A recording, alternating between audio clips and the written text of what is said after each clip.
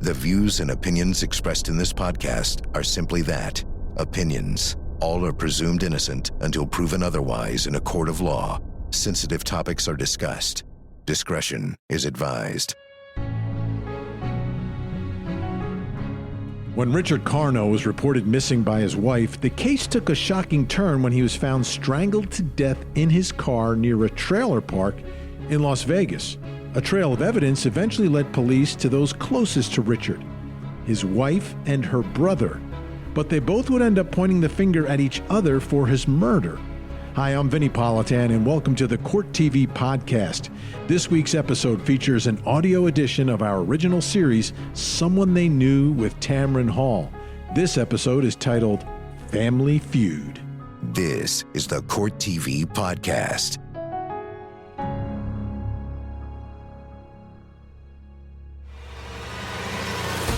Richard would never leave me.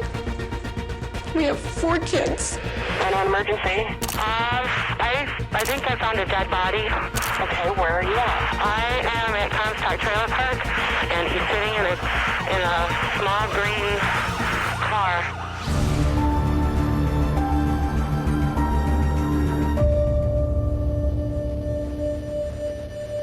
Richard Carno was the rock that his wife Suzanne leaned on. When they met, she had 2 children. He had 1. Together, they adopted a son, and by all accounts, his family was everything to Richard. But in February of 2002, he was found dead next to a trailer park. How could the joyful life of this blended family unravel so completely? It was a mystery that had Las Vegas written all over it.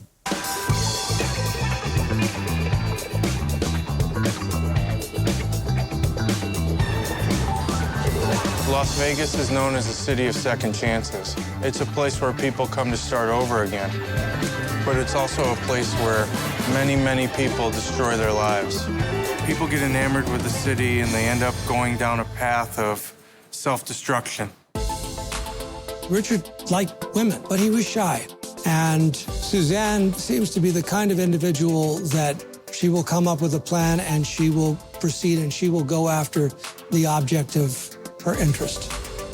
Suzanne worked at the daycare where Richard dropped his son off. They weren't supposed to date the parents, okay, and he was a single parent, and she admitted that she stalked him. She goes, that's gonna be my next husband. Suzanne came from a Mormon background. Richard was a Christian background. She was a little more abrasive than Richard was, a little stern. Everyone uniformly describes Richard as a great guy, loving, caring, but Suzanne was the shot caller. She bossed Richard around.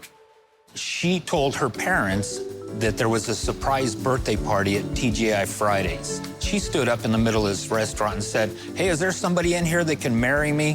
Somebody dared me to marry this man right here, right now. And obviously she had somebody in the room that would perform the service for him. That's how she got her parents to come to her wedding. She had prearranged this. I was the best man at his wedding. I knew a little bit about his life with Suzanne. We'd see each other here and there around town, and they seemed happy. Both of us worked at Caesar's Palace. I was in facilities. He was outside lighting technician for the hotel. When Richard Carno first went missing, it didn't really make the radar. Okay, you know, there's thousands of people who go missing in Las Vegas every year. They often go missing because of drugs or alcohol, or they're running away from their life. But in this particular case, Richard was a very stable guy, always showed up to work on time. And so when he didn't show up to work that day, everyone knew something was wrong right away. You know, Richard just wasn't the type of guy who would go AWOL at his job.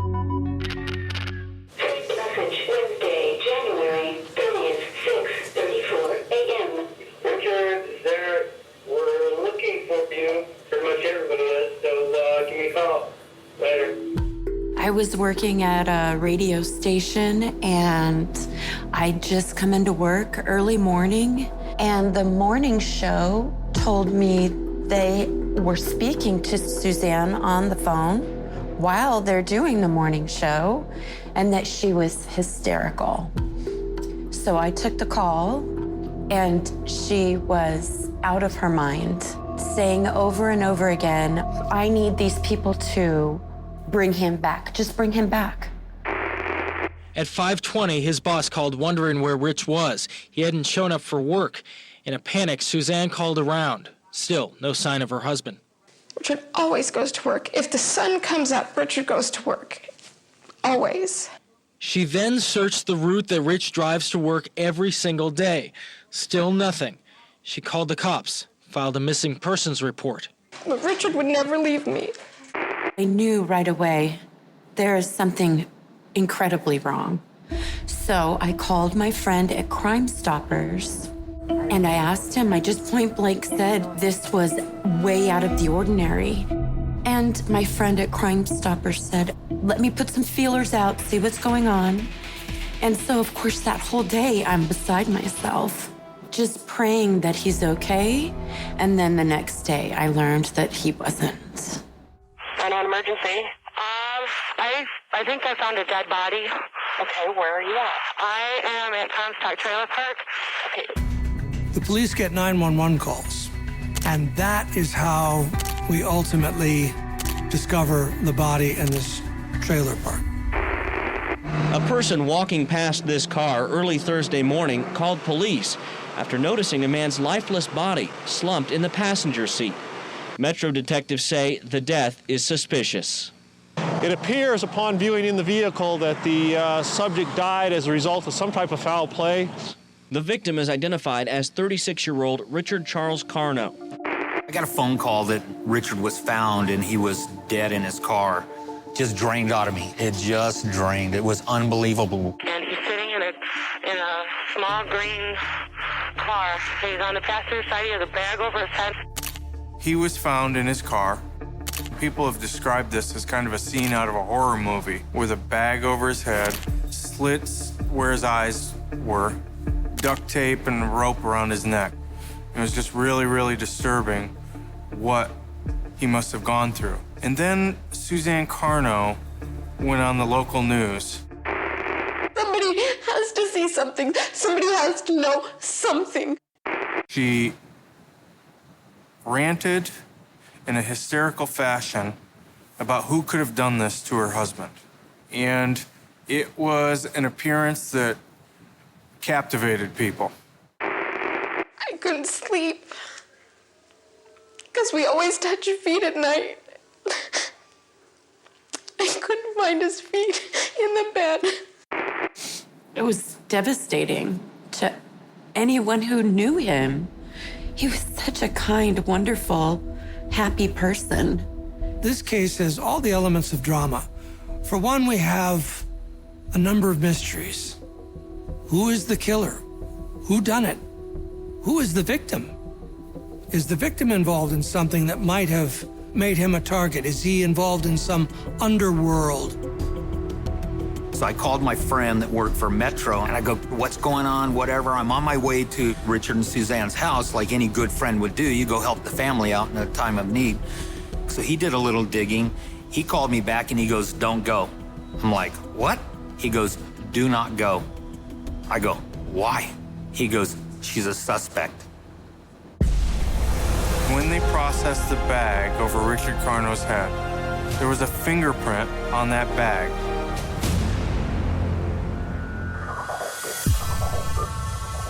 All-around nice guy and family man Richard Carno had been found murdered next to a trailer park in a rough section of North Las Vegas. Police immediately began to focus on the person closest to him, his wife Suzanne Carno. But at this point in the investigation, there are far more questions than answers in Richard's death.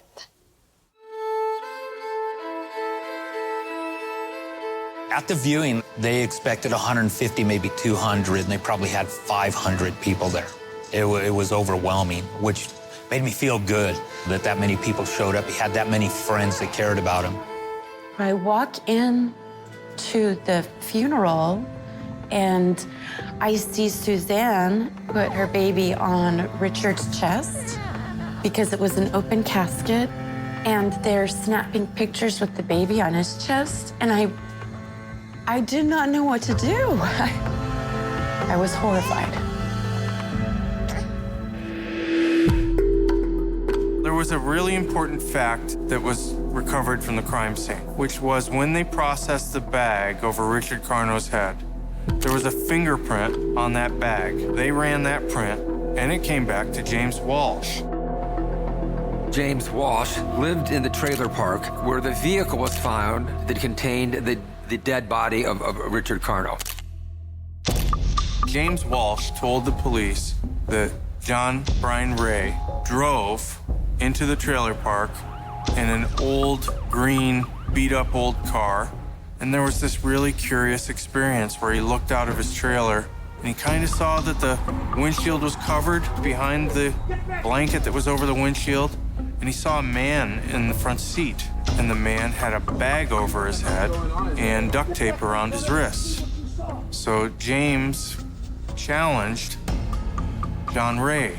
What in the world is going on? You're driving into this trailer park with a guy restrained in your front seat, and then you come into my trailer like nothing's happening? And John Ray immediately threatened James Walsh and said, you know, if you ever tell anyone about this, I'm gonna kill you. And he got real specific. So I'm gonna rape your sister, blow up your trailer. A little bit of explosives would blow up a whole trailer. John Walsh is immediately suspicious, and he's thinking about a conversation that he'd had when he was watching the movie Casino with John Ray. And John Ray, out of nowhere, says, yeah, referencing a scene in the movie, I'm involved in a murder for hire plot, or words to that effect. John Ray had told him that he was going to do a murder for hire, and he was going to be coming into $50,000. He is basically confessing to James Walsh about this crime he intends to commit. James Walsh dismisses that, as humans tend to. We tend to think, oh, he couldn't possibly mean that. They started to look into this a little bit more and try and figure out who John Ray was. John Brian Ray is for lack of a better term, a lowlife. He has a long criminal history, assault, drugs, kind of living a vagabond lifestyle, going from couch to couch and hanging out with people, smoking meth. And there's also one very important fact about John Brian Ray. He's Suzanne Carno's brother. Richard expressed that he did not care for John, Suzanne's brother. They were not buddies whatsoever. He didn't have a liking for him. John Ray was a tough guy, you know, and he wanted to cast that image to others, especially people who were traveling in the circles that he traveled in. You know, it was a badge of honor to be known as a bad guy. A week after Carno was found dead, an arrest was made. Suzanne's brother, John Ray, was taken into custody. Now a new twist in this case. During John Ray's arraignment, prosecutors talked of a possible motive for the murder: money. When you look at what's happening, it's hard to imagine people were just acting individually here. And I'm sure as police investigated, they started to piece all of these things together, and that's where their investigation took them. The police received an anonymous call telling them that they really needed to look into Suzanne Carno. They served search warrants on Suzanne Carno's computer and phone and found that the devices had been reset. Suzanne, she was organized enough to wipe her computer so it's back to the default settings, but of course that, when it's examined, itself is suspicious. They also learned that John Ray worked as a security guard and that he had a work computer, so they went and grabbed that computer and they found a treasure trove of emails. And they were bizarre. Suzanne Carno talked to her brother about building a bookshelf for $50. And it was this steady stream of emails. Are you gonna build this bookshelf? Are you gonna get it done? I'm tired of waiting. One can only think that she's thinking somehow she's speaking in code. How long is this going to take? And are you finally going to get this done, or do I have to look for someone else? And is $50 okay? It's obvious to investigators that she wasn't talking about a bookshelf. She was talking about soliciting the murder of her husband. And the police ultimately concluded that this was code for the murder for hire. Have you killed Richard yet? What is taking you so long? If you don't do this, I'm gonna get someone else to do it. You know, when you start mapping it out and putting it all together, it made for a very dark picture of Suzanne hiring her own brother to kill her husband.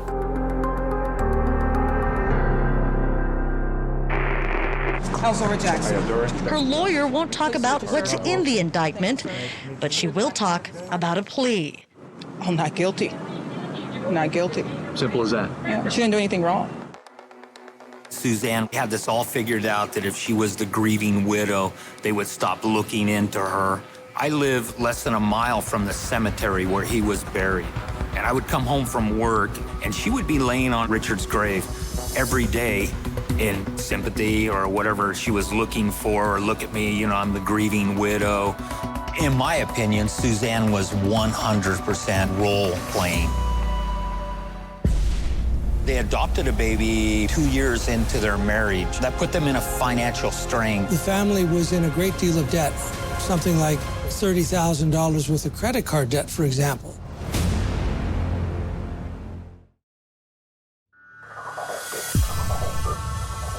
Las Vegas police looking into the death of Richard Carno focused their investigation on digital evidence found on Suzanne Carno and John Ray's computers and phones.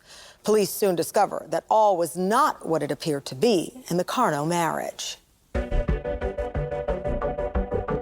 Suzanne Carno loved to spend money, and she swiped the credit cards every day, buying stuff that they didn't need, and ultimately racked up tens of thousands of dollars in credit card debt. They adopted a baby probably 2 years into their marriage, baby Jack. That was her goal, was to have another child. She had 2 already, he had 1, so they were a blended family. That put them in a financial strain to adopt this child. The family was in a great deal of debt, something like $30,000 worth of credit card debt, for example. In August, prior to the death in the following January, Suzanne Carno arranged for herself and for her husband to take out $500,000 insurance policies. In any murder for hire case, the question comes up, well, why does this person want this other person killed? And one of the oldest motivations in the world is financial. Richard and Susan's marriage was in trouble. You know, he'd been talking divorce. He was thinking about getting out. In Suzanne Carno's mind, I think she had cooked up what she thought was a bulletproof scheme. Suzanne Carno arranged for herself and for her husband to take out $500,000 insurance policies for the same amount. Obviously, it looks a lot worse if the surviving spouse is the only beneficiary. So I think that was part of the plan. Months before Richard Carno was found murdered, Suzanne had taken a class at the University of Nevada, Las Vegas. It was a psychology class that focused on near-death experiences. And uniformly, everyone in the class remembered Suzanne Carno. She had blurted out during a class that her husband had been in an ice skating accident. He had been hospitalized, the family had stuck by his side, and that he had ultimately succumbed to these injuries. Everyone was heartbroken over Suzanne's story. Oh my goodness, this poor woman, she lost her husband in an ice skating accident.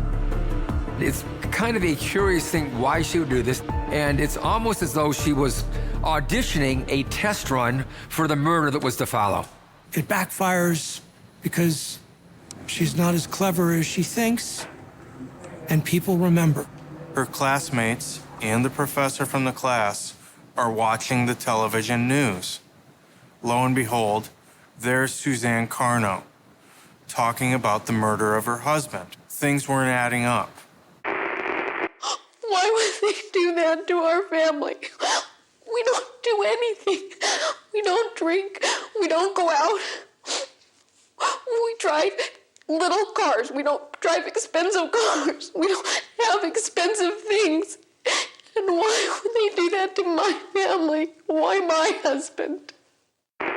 Ultimately, a classmate of Suzanne's and the professor called the authorities and reported that, hey, this woman who's talking about her husband being murdered had just months earlier talked about her husband dying under completely different circumstances, and it's highly suspicious, and you need to look into Suzanne because none of this makes any sense.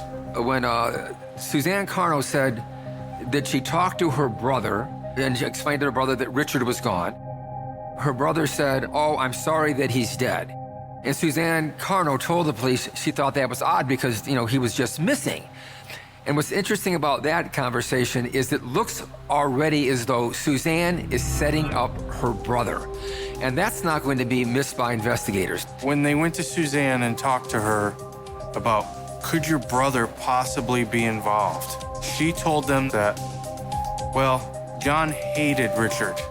There appears to be some bond between the brother and the sister that led to murder. Suzanne Carno, I think, was hedging her bets. I think she selected her brother because she thought he could easily be manipulated. But at the same time, I think she thought if push came to shove, she could also throw him under the bus. So I think they had a very complicated relationship. James Walsh was never arrested in this crime. The police did not believe that he committed this homicide. Ultimately, it was Suzanne Carno and John Ray who were responsible for this. I think when the prosecution was looking at this case, I think they decided the brother and sister were the two most likely suspects. And I think the case was a lot stronger if James Walsh was a witness rather than a defendant. You had a upstanding citizen who was abducted and murdered in a very cruel fashion. You had a brother killing a man on behalf of his sister. And then, ultimately, what sent this case into the stratosphere was Suzanne's behavior. It was just so strange and so weird and so over the top that people were like, what is this? Who is this woman? Why is she always on TV and acting so frantically? And then to find out that she was up to her ears in this crime, and it drew a lot of attention to the case. Residents of that community saw Richard. He'd managed somehow to break out of his captivity and flee, and there was a brief, fleeting moment where he could have been saved. He was saying, "Let me go." That was all I heard.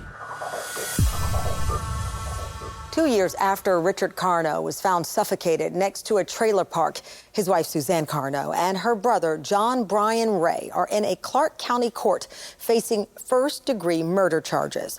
Prosecutors are trying the brother and sister together. They paint Suzanne as the mastermind of a plot to collect a $500,000 life insurance policy on her husband. A guilty verdict could result in the death penalty for both siblings. About 2 years ago, a sister, very anxious to get a hold of her brother, sits down at her computer and sends an email. "Get it done right away. I'm going nuts waiting. If you're not going to do it, just tell me and I will either do it myself or find someone who will. Just tell me either way. I want this done and I'm tired of waiting." A few weeks after that email was sent, the body of Richard Carno was found in his vehicle at a location by a trailer court in Las Vegas. John Ray sat in the courtroom and he was very emotionless. I think he had a troubled childhood from what I know. Growing up, I think he was into drugs and alcohol from what Richard had told me. So he had a troubled youth, and I don't think he ever grew out of that. So Suzanne sat in the courtroom. In my opinion, she was very unaffected by this. I believe she thought she was going to be found not guilty. As the fact finders here, what we're going to be asking you to do, ladies and gentlemen, is to find the truth of this case. And the truth of this case that will win out over the deceit here is verdicts of guilt of murder of the first degree against John Brian Ray and Suzanne Carno. And that will bring justice in this case for the victim, Richard Carno. Thank you. John and Suzanne were tried together. So ultimately you had a brother and sister pitted against one another. They got down to blaming each other for this crime, that possibly Suzanne did it on her own with the help of James Walsh. Or maybe John did it and Suzanne didn't have anything to do with it. To put it simply, the evidence will show you that Suzanne Carno cooked up a scheme to kill her husband, to get rid of this man that she didn't love and that she thought was boring, to solve her financial problems, to line her pockets with cash. And when John Brian wouldn't do it, she found someone else who would. And that individual, James Walsh, when confronted by police, were very quick to blame John Brian Ray. The whole dynamics of the trial are quite fascinating, and it brings to mind something of a prisoner's dilemma situation. The brother and sister did not align their defenses. And in fact, they were actually making accusations against each other. And then for good measure, they decided to throw James Walsh into the mix. Growing up, there was a show that came on once a year called The Wizard of Oz. Remember that show? And the wizard was a fake and a fraud, and he was behind the curtain. And he would say, pay no attention to the man behind the curtain. James Walsh is going to come in here and sit right here behind this curtain. I beg you, pay attention to the man behind the curtain. The man whose there's one set of fingerprints on the bag. They're not John Brian Ray's fingerprints. They're not Suzanne's fingerprints. They belong to James Walsh. The only just verdict in this case will be not guilty on behalf of Miss Carno. And an emergency? I think I found a dead body. Okay, where are you at? I am at Comstock Trailer Park. Okay, okay, just a second, take a deep breath. I know, I feel like I'm going to throw up. Okay, what is your name? Kim Eccles. James Walsh was a seller of methamphetamine, was he not? Yes. And it was also James that first noticed that there was a body in that car, correct? Yes. Okay. When we were walking up to the store, there was a car lot, a makeshift car lot there, and we were looking at the cars on the way through, and there was a car parked on the side of the road in front of the lot, and that's when James said there was a body in the car. What did you see? I saw a body kind of not sitting up straight, but kind of slumped over. I didn't really see his face. I thought there might have been something over it, and he appeared to be bound. We turned around, and because I kind of freaked out a little bit. It's my first time seeing something like that, and went back and I called 911. It was James that drew your attention to that vehicle. Yes. That morning, how would you describe James's reaction? Nervous. Thank you. That's all I have. This isn't a rough part of town. All right? This isn't the Las Vegas Strip. This is the other side of Las Vegas. It's a very tough neighborhood, and it is a place where people don't necessarily always call the cops when they see something suspicious happening. Now let me direct your attention to about 5 o'clock in the evening, January the 30th of 2002. Did you have occasion to see someone running past your trailer? Yes. Tall, white male running towards the exit. Okay. Did you notice anything unusual about the tall white man who was running? Yes, he's scared. Okay. Did he have anything on him that caused you to take note or make note of it? Yes, the duct tape. Okay. Where did you see duct tape? Around his wrists and ankles. Did you see a second individual? Yes. And what is that second individual doing when you first see him? Escorting him, back to James' house. There were several witnesses at the Comstock Trailer Park who reported after the fact seeing a very disturbing sight, which was a man bound at the wrists, running through the trailer park, almost as if he was running for his life.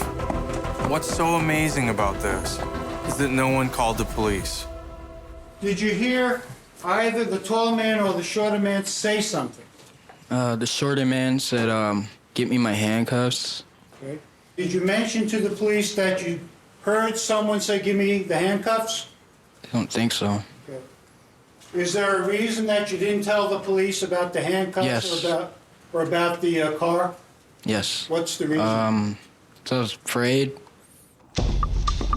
Residents of that community saw Richard. He'd managed somehow to break out of his captivity and flee, and there was a brief, fleeting moment where he could have been saved had just one person called 911 or taken any action. I saw a man run down the street chasing after, one man ran, and then I saw another man start running towards him. But the first man who was running towards Las Vegas Boulevard he was saying, "Let me go." That was all I heard. Now, where did you see the two men go?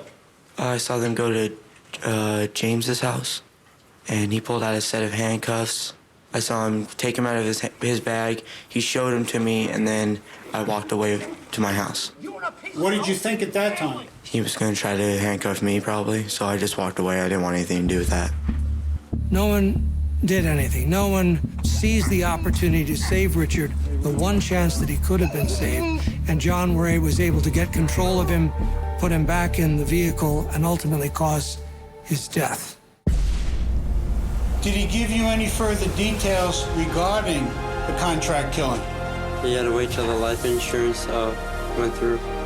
Did he indicate who he was going to do the contract for? His brother-in-law. Okay, was his brother-in-law the one who was going to pay him? No, his sister was going to pay him.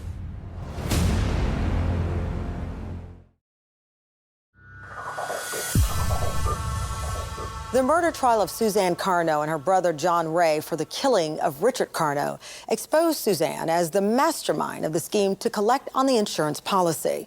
Although John Ray abducted and killed Richard, prosecutors presented dramatic testimony showing Suzanne Carno planned the murder. Please state your name and spell your last name for the record. James Allen Walsh, W-A-L-S-H. Thank you. Mr. Schwartz? Thank you. If you're the jury, you're looking at Suzanne Carno blaming her brother. You're looking at John Ray blaming his sister.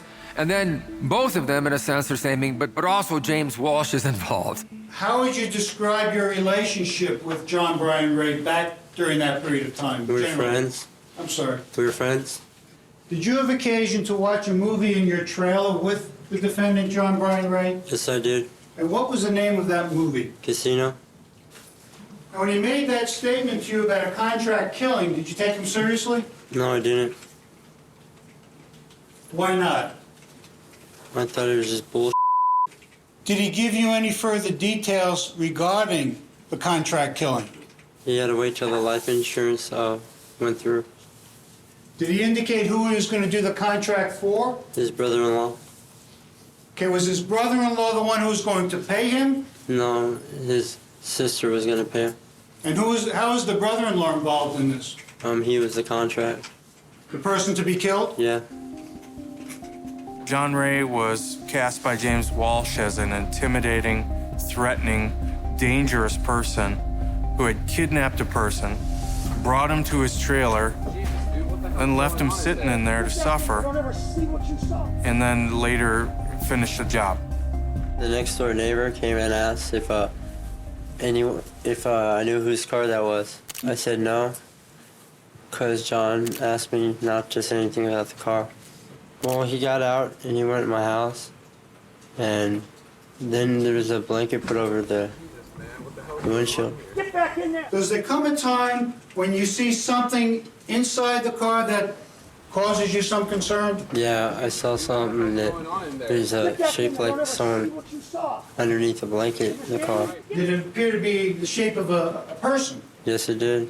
Back in there! I asked him who in the hell was in the car. What did he say, if anything? He said it was his brother-in-law. I told him I was pissed about that, bringing that to my house. And then you stated that he made some threats concerning your sister? Yes, he did. After abducting Richard according to Suzanne's plan, John Ray, who as an offender in behavioral analysis terms is disorganized, goes to a familiar place. He goes to a trailer park where he stays with James Walsh. Did John Brian Ray ask you to hand him his handcuffs? Yes. And you did, didn't you? Yes, I did. Now, other people saw that, but you didn't see anybody, another man that was being restrained. No, he was sitting in front of my window. He opened the curtain, said, "Pass him in handcuffs." I grabbed him, threw him out the window. You have any problems with your vision, Mr. Walsh? No, I don't, but I can't see through a dark green Can curtain. you see me now? Yeah, but you're not past the dark Can green. you see me now? Yes, but you're not behind a dark green curtain, are you?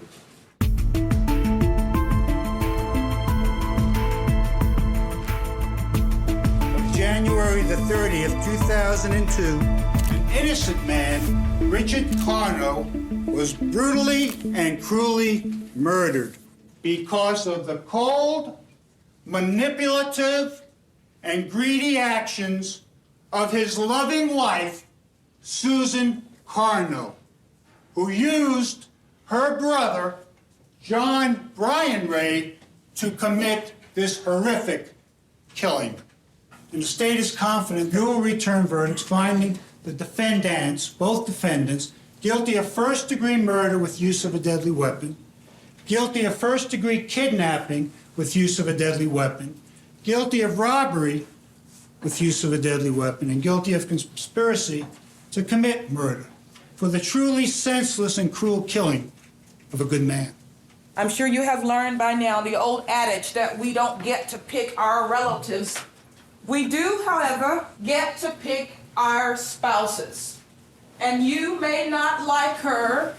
You may find her odd. You may find her offensive. You may find her vulgar.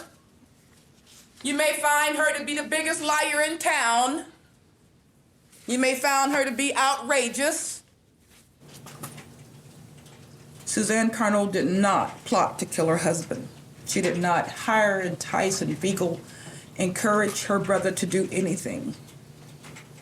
At trial, you want to give the impression that you possibly could be somebody who committed some horrible crime.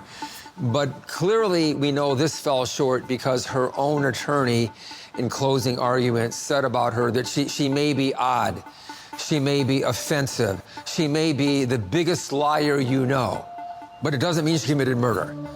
Now, what this means is the defense attorney was started in a deep hole. If the defense attorney is saying those things about her own client, you know that Suzanne Carno was not making a good impression in the courtroom. We don't know beyond a reasonable doubt who killed him, who's responsible for that killing. Ladies and gentlemen, John Ray is no killer. He's kind of a joke. Someone had to close this deal. It wasn't John Ray. Responsibility in this case, ladies and gentlemen, is like sunshine here in the state of Nevada. Plenty of it to go around. Mr. Foreperson, would you please read the verdicts aloud? We, the jury, find the defendant John Brian Ray. 2 years after John Ray killed Richard Carno at the behest of his sister Suzanne, their trial for first-degree murder came to a close. The prosecution had presented powerful evidence that Suzanne orchestrated the murder to collect on her husband's life insurance policy. Their fate was now in the hands of the jury. All right, ladies and gentlemen, the case is now submitted to you, and our bailiff Hank will be in charge of your deliberation. Let's talk about the outcome of the case. There wasn't the Perry Mason moment where on the witness stand, Suzanne breaks down and confesses, "I did it." That seldom happens in real life. The government must prove guilt beyond a reasonable doubt. And reasonable doubt can be created if there's another potential perpetrator. And any defense lawyer is going to say, ladies and gentlemen of the jury, Suzanne's the grieving widow. It's this drug-addicted brother-in-law. Look at him, because the defense attorney is trying to create just a little bit of doubt, a little bit of uncertainty. Maybe it was just a bookcase. There was, after all, a bookcase that John Ray was supposed to build for.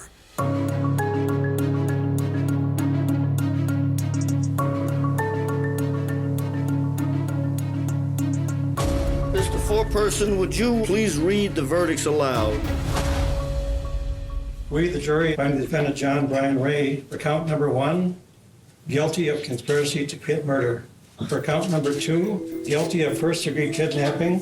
Count number 3, guilty of robbery with use of a deadly weapon. Count 4, guilty of first-degree murder with use of a deadly weapon. State versus Suzanne Carno. Count number 1, guilty of conspiracy to commit murder. When the verdict came down and they were found guilty of murder, John Ray was his usual stoic self, did not blink an eye, showed no emotion. Suzanne was the exact opposite, incredulous, can't believe this injustice had happened. Deny, deny, deny.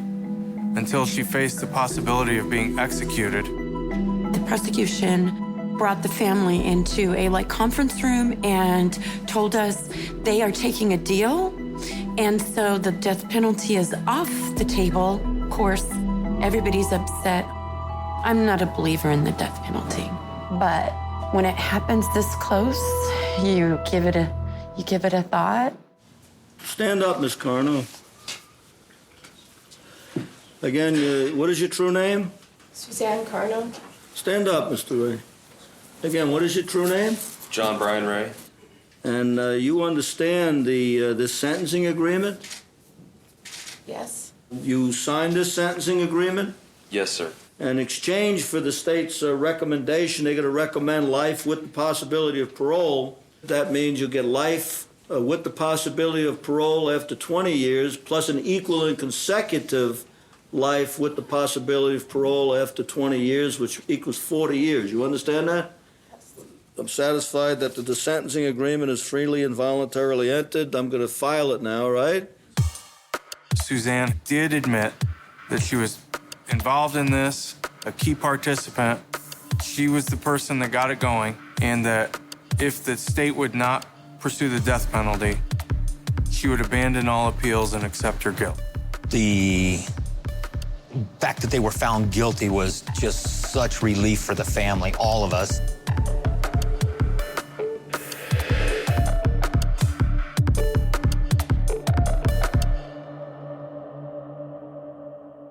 Suzanne, it turns out, was sexually abusing his son and threatening to kill Richard's son if his son would reveal this. The state went in, and via camera, she was in prison, incarcerated. They did a plea deal. She copped to 6 or 7 counts of child molestation versus the 21 or 22 that she was eligible for. We can't know for sure whether Suzanne targeted Richard from the beginning, but by all accounts, it appears as though that was the case. I simply Googled Suzanne Carno.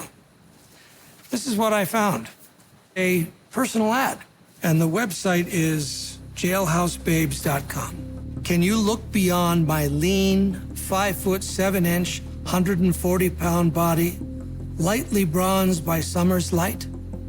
Beyond my naturally curly chestnut locks that delicately drape over my shoulders. If you look, you will see I'm an energetic woman who is intelligent, artistic, witty, and charming. Please see me, if you dare. I would say if you see this ad, run, because there is something in her that needs to not just get attention, but then cause destruction, in my opinion. Richard Carno, he was a great guy. He turned out to be a great father. He would come over to my house on the weekends, and we'd do daddy-father stuff together with the kids, and his heart was in it. He loved his child. He was my friend. You know, we may have been divorced, but Richard was my friend. And he was taken away too soon.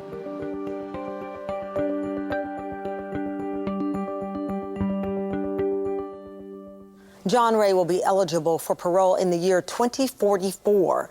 Because of the sexual molestation conviction, Suzanne will be eligible in the year 2048. I'm Tamron Hall. Thank you for watching Someone They Knew.